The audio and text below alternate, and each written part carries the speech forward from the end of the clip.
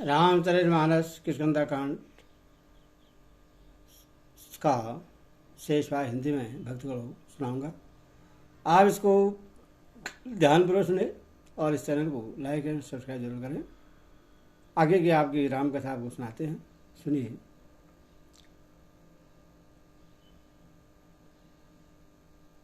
जो 100 योजन 400 कोस समुद्र लाग सकेगा और बुद्धि निधान होगा, वही श्री राम जी का कार्य कर सकेगा। निराश होकर घबराओ मत, मुझे देखकर मन में धीरे धरो। देखो श्री राम जी की कृपा से देखते ही देखते मेरा शरीर कैसा हो गया।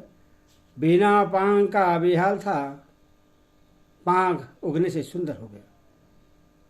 पापी भी जिनका नाम स्मरण करके अत्यंत अभार भवसागर चढ़ जाते हैं, तुम उनके दूत हो। अथवा कायरता छोड़कर श्री राम जी को हृदय में धारण करके उपाय करो। काकभूषण जी कहते हैं, गरुड़ जी इस प्रकार कहकर जब गीत चला गया, तब उन वानरों के मन में अत्यंत विस्मय हुआ। सब किसी ने अपना अपना बल कहा, पर समुद्र के पार जाने में सभी ने संदेह प्रकट किया। ऋषिराज जामवान कहने लगे, मैं अब बुढ़ा हो गया, शरीर में पहले वाले बल का लेस भी नहीं रहा।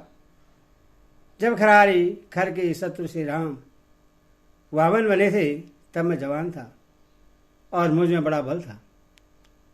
बलि के बांधते समय प्रभु इतने बड़े कि उस शरीर का वर्णन नहीं हो सकता, किंतु मैंने 2 ही घड़ी में दौड़कर उस शरीर की 7 प्रदक्षिणा कर ली।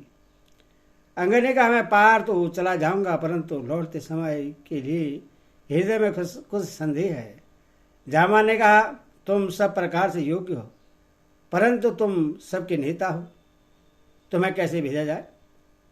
ऋषिराज जामवान ने श्री हनुमान से कहा, हे हनुमान, हे बलवान, सुनो, तुमने यह क्या चूप साथ रखी है। तुम पवन के पुत्र हो और बल में पवन के समान हो। तुम बुद्धि विवेक और विज्ञान की खान हो। जगत में कौन सा ऐसा कठिन काम है जो हेता तुमसे न हो सके। श्री राम जी के कार्य के लिए ही तो तुम्हारा अवतार हुआ है। यह सुनते ही हनुमान जी पर्वत के आकार के अत्यंत विशाल काल हो गए। उनका सोने का सा रंग है, शरीर पर तेज शोभित है, मानो दूसरा पर्वतों का राजा सुमेरु हो। हनुमान जी ने बार बार से हनाद करके कहा, मैं इस खारे समुद्र को खेल में लाग सकता हूँ और साय से रावण को मारकर चित्रकूट पर्वत को उखाड़ कर यहाँ ला सकता हूँ।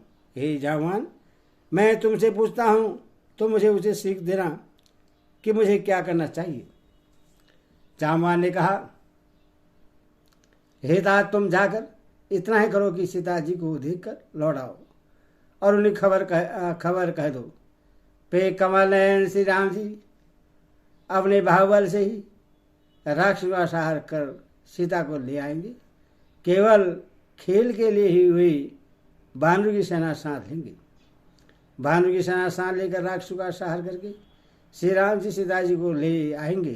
तब देवता और नारद आदि मुनि भगवान के तीनों लोगों को पवित्र करने वाले सुंदर यश का बखान करेंगे, जिसे सुनने, गाने, कहने और समझने से मनुष्य परम पद पाते हैं और जिससे श्री रघुवीर के चरण कमल का मधुर कर भरमा तुलसीदास गाता है।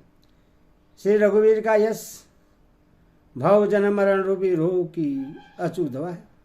जो पूर्वास्त्री इससे सुनेंगे, त्रिशरा के शत्रु श्री राम जी उनके सब मनोरथ को सिद्ध करेंगे। जिनका नीले कमल के समान श्याम शरीर है, जिनकी शोभा करोड़ों कामदेवों से भी अधिक है और जिनका नाम पाव रूपी पक्षियों को मारने के लिए बधिक व्याध के समान है, उन श्री राम के गुणों के समूह लीला को अवश्य सुनना चाहिए। मास विश्राम पूरा कलयुग के समस्त पापों का नाश करने वाले श्री राम मानस का यह 4था सोपान समाप्त हुआ। कृष्ण कांड समाप्त। बोले श्री यावर रामचंद्र की जय। भोला भवन सुध हनुमान की जय। बोल के संगनी हाल हाल की जय, बोली धाम सच्ची दरबार की